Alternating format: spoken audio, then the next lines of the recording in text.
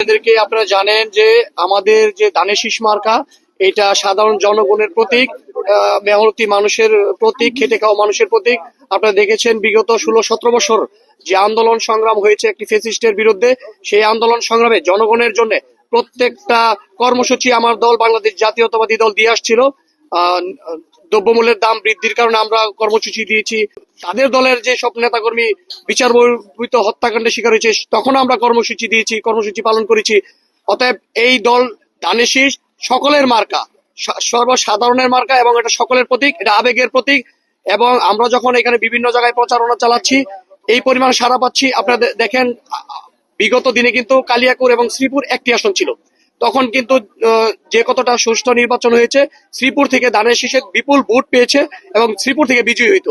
ওইটা হয়তো ওইখান থেকে জামাল হইতো, কিংবা আমাদের এখান থেকে যারা ছিল প্রার্থীদের বিষয়ে অপপ্রচার চালাতো যে প্রার্থী এলাকার না চিনি না। কিন্তু এখন কিন্তু এই সমস্ত অপপ্রচার প্রপাগান্ডা ছড়ানোর কোনো সুযোগ নেই। এবং আমরা যে পরিমাণ সাড়া পাচ্ছি, মানুষ মুখিয়ে আছে ধানের শীষে ভোট দেওয়ার জন্য। এবং আপনারা জানেন যে আমাদের দলের চেয়ারম্যান স্যার দেশনায়ক তারেক রহমান বিভিন্ন পরিকল্পনা হাতে নিয়েছে। যদি ধানের শীষ বিজয়ী হয় তাহলে 50 লক্ষর মতো ফ্যামিলিকে ফ্যামিলি কার্ড দিবে। যারা নারী সদস্য আছে তাদের নামে কাটতে হবে ফ্যামিলি কার্ড। এটা ধাপে ধাপে তৃণমূল থেকে উচ্চ পর্যায়ে যাবে। যদি কেউ নিতে চায় উচ্চ পর্যায়ে, অনেক বিত্তশালী পরিবার আছে তাদের ফ্যামিলি কার্ড দরকার নাই, তারপরেও যদি কেউ নিতে চায় তারা নিবে।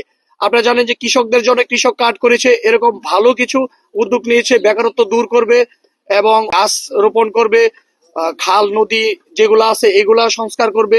গুলশান থেকে চাঁদাবাজি করতে গিয়ে ধরা পড়েছে তাদের লোক, তারা আবার বলে যে চাঁদাবাজদের বিরুদ্ধে। এটা আসলে হাস্যকর এগুলা বিষয়।